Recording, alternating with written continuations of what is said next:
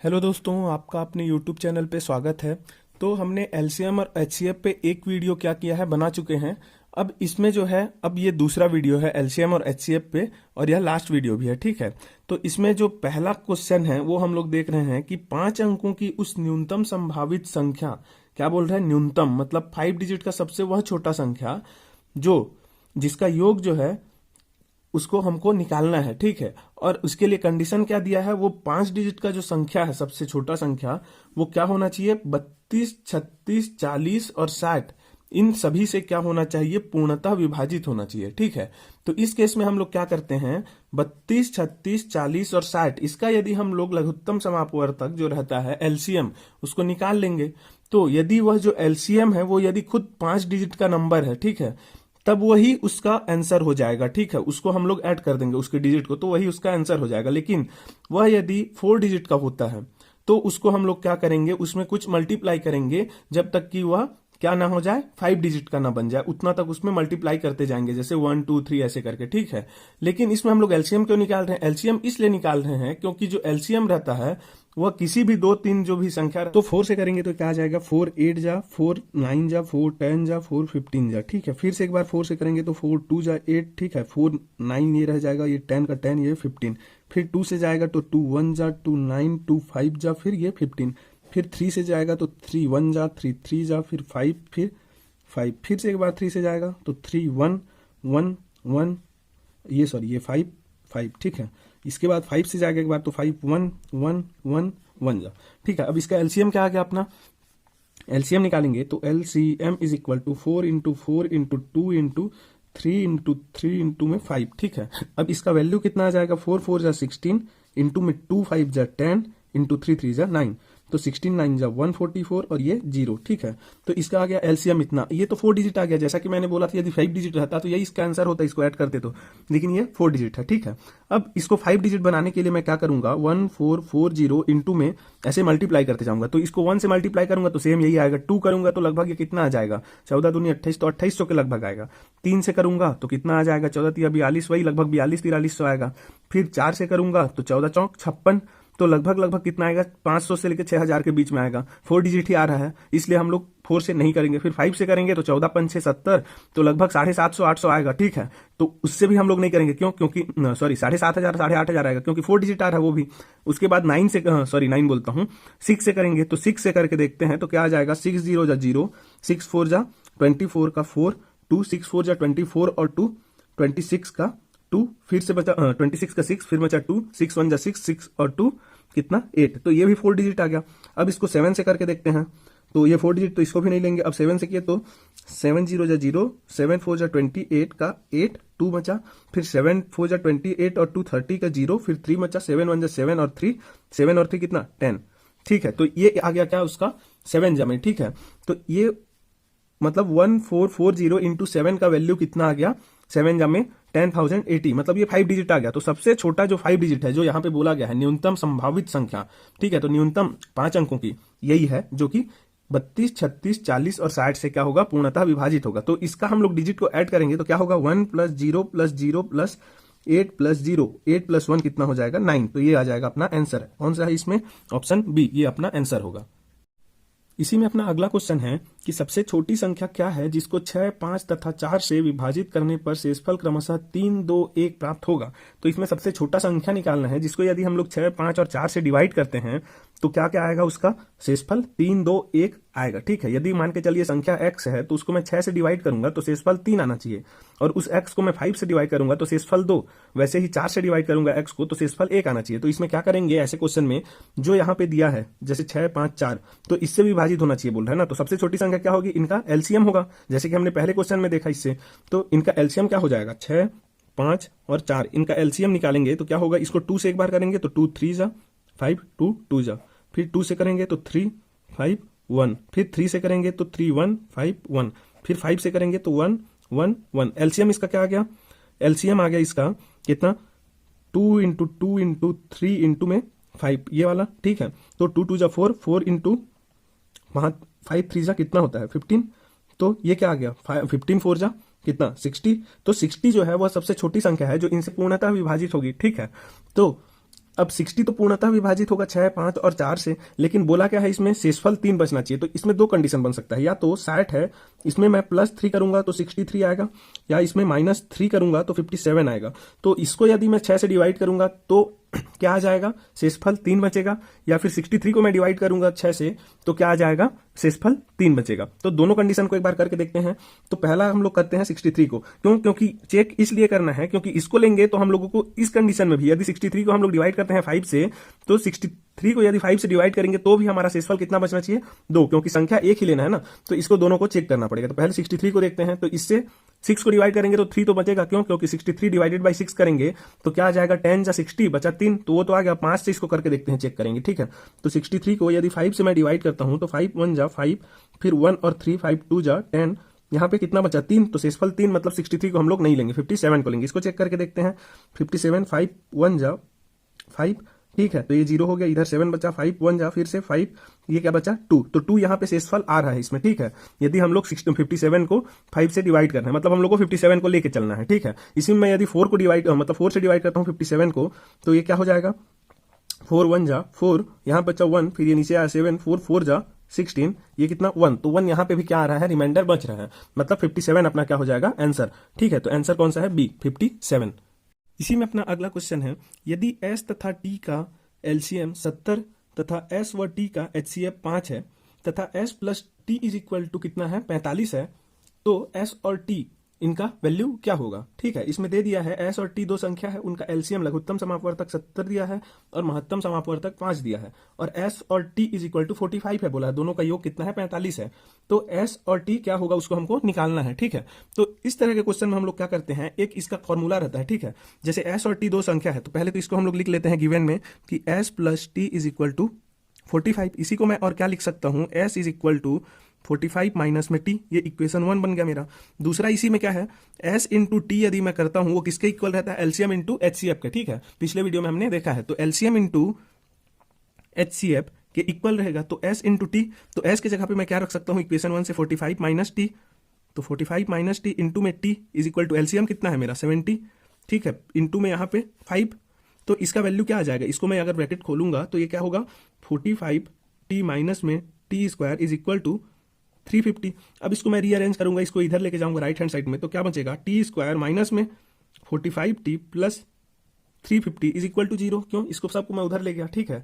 अब इक्वल के इधर रखूं या इधर, वो तो इक्वल ही रहेगा, 0 ही है, ठीक है। तो इसको अगर मैं सॉल्व करता हूं, ठीक है, फैक्टराइजेशन मेथड से, तो ये क्या हो जाएगा, टी स्क्वायर, ठीक है, माइनस 45t को मैं क्या क्या लिख सकता हूँ, 45t को मैं यहाँ पे लिख सकता हूँ 35t, ठीक है, 35t माइनस में 10t प्लस में 350 इज इक्वल टू 0। तो क्या किया मैंने, 45t को 35t और 10t में दोनों में तोड़ दिया, इन दोनों को मैं जोड़ूंगा तो क्या आ जाएगा, माइनस 45t ही आएगा, ठीक है। अब इसमें से मैं कॉमन लूंगा, तो इसमें t कॉमन आया, ठीक है, बचा क्या, t माइनस 35, इसमें से 10 कॉमन लिया, -10, तो क्या बचा, t बचा यहाँ पे माइनस में 35 बचा इज इक्वल टू 0। अब इसमें से फिर t माइनस 35 कॉमन लिया मैंने, तो t माइनस 35, अब बचा क्या, t minus 10 is equal to 0। अब यहाँ पे कंडीशन क्या बन गया, या तो ये 0 होगा तो भी 0 हो जाएगा, या तो ये 0 होगा तो भी 0 हो जाएगा। तो t का यहाँ पे दो वैल्यू आएगा, यदि मैं इसको 0 करूंगा, t minus 35 is equal to 0, तो इस कंडीशन में क्या आएगा, t इज इक्वल टू 35। यदि t minus 10 is equal to 0 मैं करता हूं, तो यहाँ पे कंडीशन क्या आएगा मेरा, t इज इक्वल टू 10। अब t इज इक्वल टू 35 के लिए यदि मैं इस वैल्यू को क्या करता हूं, यहाँ पे पुट करता हूं इक्वेशन 1 में, तो s का वैल्यू क्या आ जाएगा, 45 माइनस 35, ठीक है, 35 तो क्या आ जाएगा 10। अब t का वैल्यू मैं 10 रखता हूं, तो s का वैल्यू कितना आएगा, यहाँ पे 45 माइनस कितना 10, तो s का वैल्यू आ जाएगा 35। तो इसमें ले दे करके क्या हो रहा है, जब s 10 है तो t 35 है, और s जब 35 है तो t 10 है, मतलब इसमें आंसर क्या हो जाएगा अपना 10 और 35, ठीक है, ये आंसर हो जाएगा। तो आंसर कौन सा है इसमें, 10 और 35, मतलब ऑप्शन ए, ये अपना आंसर है। यहां अपना अगला क्वेश्चन है, वह सबसे बड़ी संख्या कौन सी है जो 411, 684 और 821 है, ये 821 को विभाजित करने के फलस्वरूप क्रमशः 3, 4, 5 शेषफल देता है। मतलब एक ऐसा बड़ा संख्या, सबसे बड़ा संख्या जो मतलब 411, 684 और 821 को हम लोग विभाजित करते हैं, ठीक है, मतलब डिवाइड करते हैं, तो उसके फलस्वरूप कितना 3, 4 और 5 शेषफल देता है। मान लेते हैं x एक नंबर है, तो 411 को यदि मैं x से डिवाइड करूंगा तो रिमाइंडर कितना देगा, 3 देगा। और 684 को यदि मैं डिवाइड करूंगा x से तो रिमाइंडर 4 देगा। वैसे ही 821 को डिवाइड करूंगा x से तो रिमाइंडर 5 देगा मेरे को, ठीक है। तो इस क्वेश्चन में क्या बोल रहे हैं, रिमाइंडर 3 देगा, 4 देगा, 5 देगा इनसे। तो x तो एक संख्या है, ठीक है, हम लोग को उसको निकालना है। तो इस कंडीशन में हम लोग क्या करेंगे, सबसे पहले तो ये जो है रिमाइंडर जो दे रहा है उसको हम लोग यदि हटा देते हैं उसमें से, जैसे कि यहाँ पे 411 है, इसमें से मैं रिमाइंडर 3 को हटा देता हूं तो कितना बचा, 408। तो 408 जो है वो x से पूरा पूरा विभाजित हो जाएगा, क्यों, क्योंकि रिमाइंडर को हमने हटा दिया। अब वैसे ही 684 है तो उसमें से मैंने 4 को हटा दिया तो इसमें से जो बचा क्या, 680, ये पूरा पूरा x से क्या हो जाएगा, विभाजित हो जाएगा। अब बचा 821, 821 को मैं 821 में से 5 को घटा देता हूं जो उसका शेषफल है, तो ये क्या आ जाएगा, 816। तो ये जो है पूरा पूरा विभाजित हो जाएगा किससे, x से। मतलब ये तीनों अब क्या है, पूरे पूरे विभाजित हैं x से। तो x जो है वह सबसे बड़ा नंबर है जो इन तीनों को डिवाइड करेगा पूरा पूरा, जिसमें शेषफल 0 बचेगा। मतलब कि x जो है वो इनका क्या हो जाएगा, HCF हो जाएगा। HCF क्या होता है, हाईएस्ट कॉमन फैक्टर होता है, ठीक है। तो इनमें सबसे जो बड़ा कॉमन फैक्टर होगा वही x होगा, ठीक है। HCF is equal to x, ठीक है। तो इसका HCF अब हम लोग निकालेंगे। तो HCF कैसे निकालते हैं, जैसे 408 है, ठीक है, तो इसको सबसे पहले फैक्टराइजेशन करेंगे तो 2 दूनी 0 चौक, ठीक है, 2 एकम 0 दूनी 2 5 6 एकम, फिर ये 3 से जाएगा 3 1 7, ठीक है। फिर ये किससे जाएगा, 17 से, तो 17 1 जा। फिर उसके बाद 680 को मैंने किया तो 680 क्या हो जाएगा, 2 तिया चौक 0, फिर 2 से जाएगा 2 एकम 7 0, फिर 2 8 फिर 5, ठीक है। फिर ये किससे जाएगा, 5 से जाएगा 5 एकम और ये 7, ठीक है, फिर 17 एकम। उसके बाद 816 जो है इसमें क्या हो जाएगा, ये 2 से फिर जाएगा 2 4 जा 0 8। अब ये 408 यहीं से ऐसे ही नीचे आ जाएगा, ठीक है, वैसे ही। तो 2 2 0 4, फिर 2 1 0 2, फिर 2 5 1, फिर यहाँ से 3 से जाएगा 1 7, फिर ये किससे हो जाएगा, 17 से 1। तो अब इसमें HCF निकालने के लिए हम लोग क्या करते हैं, इसमें जो है 408, तो 408 को मैं यहाँ पे क्या लिख सकता हूँ, 408 को यहाँ पे मैं यदि लिखूं तो ये हो जाएगा 408 इज इक्वल टू में 2 इंटू में 2 इसको लिख रहा हूँ, ठीक है, 3 इंटू में 17, ऐसा ये 408 को मैं लिख सकता हूँ। उसके बाद बचा क्या, 680, 680 को मैं क्या लिख सकता हूँ, 2 इंटू 2 इंटू 2 इंटू 5 इंटू में 17, उनके फैक्टर्स को यहाँ पे लिखते जा रहा हूँ, ठीक है। फिर 816 क्या हो जाएगा, ये वाला आ जाएगा, तो 2 इंटू में 2 इंटू में 2 इंटू में 2 4 टाइम्स 2 इंटू में 3 इंटू में 17, ठीक है। तो ये अपना क्या आ गया, इसका मतलब फैक्टराइजेशन, ठीक है। अब इसमें जो कॉमन रहता है वो अपना HCF होता है। जैसे यहाँ पे ये कॉमन है, ठीक है, एक तो कॉमन ये 2 हो गया, फिर दूसरा कॉमन ये वाला 2 हो गया ऐसा, फिर तीसरा कॉमन ये वाला 2 हो गया ये वाला, फिर इसके बाद ये जो 17 है 17 ये एक कॉमन फैक्टर है। तो जो कॉमन फैक्टर है इनको अब हम लोग मल्टीप्लाई करेंगे तो HCF क्या हो जाएगा अपना 2, फिर ये 2, फिर ये वाला 2, फिर यहाँ से एक 17, ठीक है। तो इसको यदि मैं करूंगा तो ये कितना हो जाएगा, 2 2 जा 4 2 जा 8 इंटू में 17, तो 17 8 जा कितना होता है, 136, ठीक है। तो 136 जो है वो सबसे बड़ा नंबर है जो इनको क्या करेगा, डिवाइड करेगा पूर्णतः, ठीक है, जिसमें शेषफल 0 बचेगा। और यही जो नंबर है जो 411 को मतलब यदि इससे डिवाइड करेंगे तो शेषफल क्या देगा, 3, और इसको यदि 136 से डिवाइड करेंगे तो 4, और इसको यदि 136 से डिवाइड करेंगे तो 5 शेषफल देगा। तो अपना आंसर हो जाएगा 136, मतलब कि ऑप्शन ए, ठीक है। इसी में अपना अगला क्वेश्चन है कि वह सबसे छोटी संख्या जो वर्ग हो उसको ज्ञात करें यदि वह संख्या 4 6 8 10 से विभाज्य हो तो संख्या होगी। मतलब इसमें बोल रहा है एक संख्या है जो कि स्क्वायर है, परफेक्ट स्क्वायर, ठीक है, वर्ग है, ठीक है। तो उस संख्या मतलब उसके लिए कंडीशन दिया गया है, वह संख्या क्या होना चाहिए, 4 6 8 और 10 से क्या होना चाहिए, पूरा तरह विभाज्य होना चाहिए, मतलब डिविजिबल होना चाहिए। तो संख्या क्या होगा, तो वही है। इसमें भी हम लोग क्या करेंगे, एलसीएम, जैसे कि हमने पहला क्वेश्चन में किया था कि उससे विभाज्य है, छोटा संख्या बोल रहा है, सबसे छोटा संख्या जो इनसे विभाज्य है, मतलब इनका एलसीएम ही होगा वो, ठीक है। तो 4 6 8 10 इनका एलसीएम हम लोग निकालेंगे तो क्या आ जाएगा, 4 6 8 और 10, इसका एलसीएम निकालता हूं मैं तो 2 2 2 3 जा 2 4 जा 2 5 जा, फिर 2 से 2 1 जा 3 2 5, फिर 2 से जाएगा ये 1, ये 3, ये 1, ये 5, फिर ये किससे जाएगा, 3 से जाएगा, 3 1 जा 3 1 जा 3 1 जा 3 5, ठीक है। तो यहां से 5 1 1 1 और ये 5 1 जा, ठीक है। अब इसका मैं एलसीएम जैसे निकालता हूं तो इसका एलसीएम क्या हो जाएगा, एलसीएम ये 2 इंटू 3 बार है 2, ठीक है, 2 इंटू 2 इंटू 2 इंटू में 3 इंटू में 5, इसका वैल्यू कितना आ जाएगा, इसका वैल्यू आ जाएगा 120, ठीक है। तो 120 आ जाएगा। अब 120 क्या है, एक परफेक्ट स्क्वायर तो नहीं है, तो परफेक्ट स्क्वायर बनाने के लिए हम लोग इसको क्या करेंगे, जैसे पहले क्वेश्चन में किया था 5 डिजिट बनाने के लिए उसको मल्टीप्लाई करते जाते थे, तो इसमें कितना मल्टीप्लाई करें कि वो क्या हो जाएगा, एक परफेक्ट स्क्वायर बन जाएगा। तो उसमें हम लोग क्या करते हैं, अब चेक करते जाएंगे तब तो इसमें बहुत ज्यादा हो जाएगा, तो इसके लिए एक ऐसा हम लोग ट्रिक अपनाते हैं, वो क्या है कि 120 को मैं क्या लिख सकता हूँ, 2 गुणित 2 गुणित में 2 गुणित में कितना 3 गुणित में 5। अब कोई भी स्क्वायर जैसे रहता है, जैसे मान के चले एक ये जो 4 है ये स्क्वायर है किसका 2 का, तो 2 गुणित 2 है, 2 बार है, 9 है, तो 9 किसका है 3 गुणित 3। तो ये जो है पेयर में रहते हैं संख्या, तब वो स्क्वायर बनता है, तो इसमें हम लोग का पेयर बनाते हैं। ठीक है, तो 2 और 2 का एक पेयर तो ये है, ये वाला, ये पहले से बनाया है, मतलब एक रह गया। अब इन तीनों का पेयर बनाने के लिए इन्हीं तीनों को एक एक बार मल्टीप्लाई करना पड़ेगा, मतलब यहाँ पे मल्टीप्लाई 2 किया तो इसका पेयर बन गया ये ऐसे। ठीक है, अब मल्टीप्लाई 3 किया तो ये इससे पेयर बन गया ऐसा, फिर मल्टीप्लाई कितना किया 5 किया तो ये ऐसा करके ऐसा स्क्वायर इसका बन गया। अब ये जो वैल्यू आएगा इतना का वैल्यू, तो ये 2 2 जा 4 2 जा 8 2 जा कितना 16 इंटू में 3 3 जा कितना 9 इंटू में 5 5 जा 25, तो ये क्या हो गया इसका वैल्यू 144 इंटू में 25। इसको यदि मैं मल्टीप्लाई करूंगा तो इसका जो वैल्यू आएगा वो हो जाएगा कितना 3600।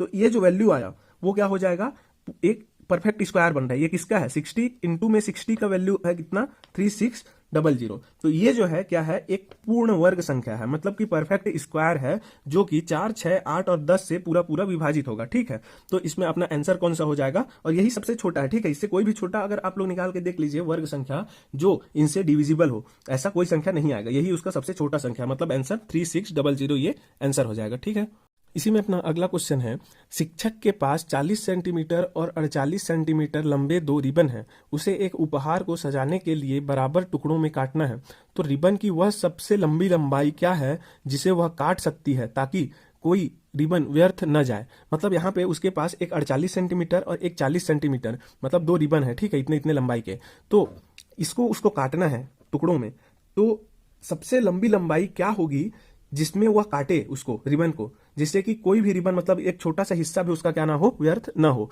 ठीक है, तो इसमें हम लोगों को क्या करना है, जैसे हमने इससे पहला जो क्वेश्चन था जिसमें हमने क्या किया था 411 684 और 881 वाला था, उसमें से क्या HCF जो रहता है वो क्या रहता है, कॉमन फैक्टर रहता है उसमें, जो कि क्या रहता है, सबसे बड़ा कॉमन फैक्टर रहता है, हाईएस्ट कॉमन फैक्टर। ठीक है, जो कि उसको पूरा पूरा क्या कर दे, वो विभाजित कर दे। वैसे ही 40 और 48 जो है इसका जो है HCF जो रहेगा, HCF यदि इसके HCF के बराबर में हाईएस्ट जो कॉमन फैक्टर है, मतलब महत्तम समापवर्तक उसका जो है, उसमें यदि हम लोग उसको काटें रिबन को, तो इसका जो है ना पूरा पूरा कट जाएगा, मतलब पूरा पूरा मतलब इक्वल हिस्से में कट जाएगा और कोई भी रिबन व्यर्थ नहीं जाएगा। ठीक है, तो इसका जो HCF आएगा 40 और 48 का, उसको यदि हम लोग निकालते हैं तो क्या आएगा, 40 को 2 20 2 10 2 5 6, फिर 5 से जाएगा ये 1।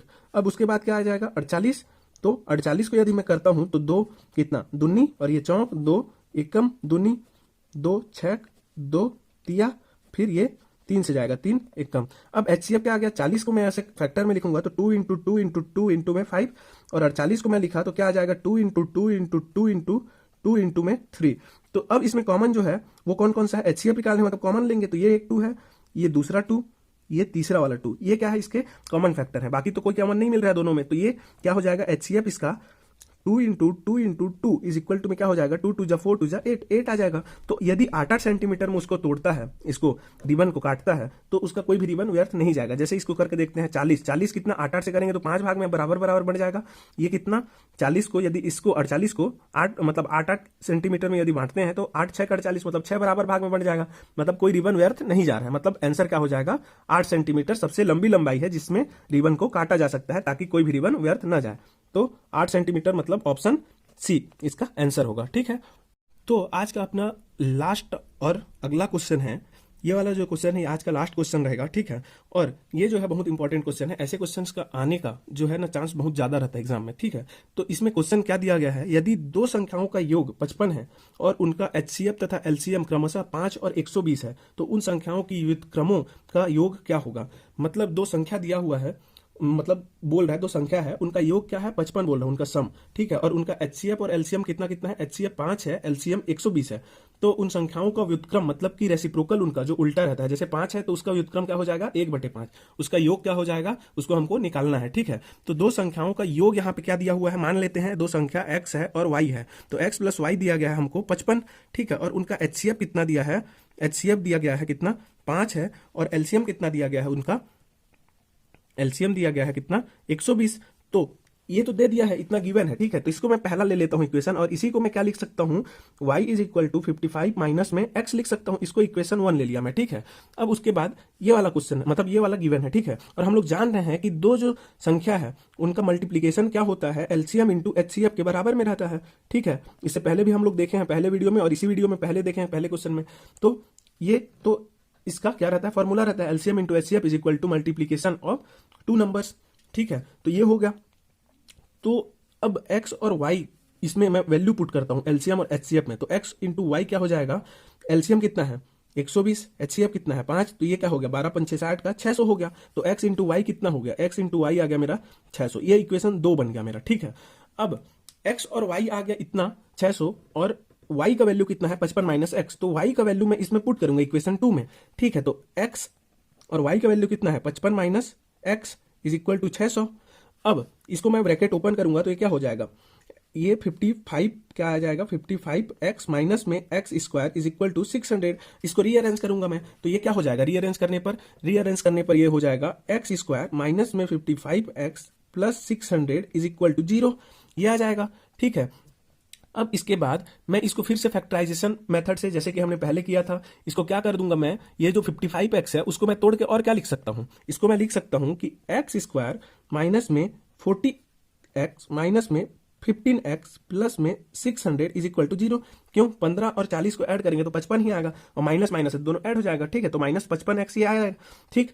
अब इसमें से कॉमन निकालूंगा मैं तो ये क्या आ जाएगा, कॉमन यहां से x कॉमन लिया तो x माइनस 40 बचा, यहां से माइनस 15 कॉमन लिया तो क्या बचा, x माइनस 40 बचा इज इक्वल टू 0। अब इसमें से x माइनस 40 कॉमन ले सकता हूं दोनों में से, तो इनमें से मैं x माइनस 40 कॉमन लिया तो बचा क्या, x minus 15 is equal to में 0। अब या तो x क्या हो सकता है, यहाँ पे कंडीशन आ गया, ठीक है। तो यहाँ पे मैं लिख रहा हूं उसको कि x जो है वो क्या क्या हो सकता है, इसको यदि एक बार 0 करूं तो x क्या आ जाएगा 40 आएगा, पहला कंडीशन।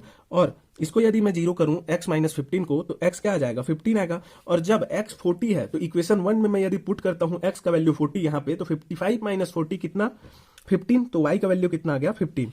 और जब x कितना है 15 है तो y का वैल्यू यहाँ क्या आ जाएगा 15, यहाँ पे पुट किया x के जगह पे, तो ये क्या आ जाएगा y इज इक्वल टू 40। मतलब ये पहले ही जैसे हो गया जो पहले एक क्वेश्चन हम लोग देखे थे, यदि x कितना है 15 है तो y 40 है, और x 40 है तो y 15 है। तो कोई सा भी एक पेयर ले लेते हैं, ठीक है। तो ये वाला ले लेते हैं, मान के चलिए ये वाला नहीं, ये वाला ले लेते हैं, ठीक है। ऐसे ऐसा लेना है ना, ये तो x ही हो जाएगा, तो ये वाला ले लेते हैं। तो x बराबर कितना है 40, ठीक, और y बराबर कितना है, y बराबर है 15।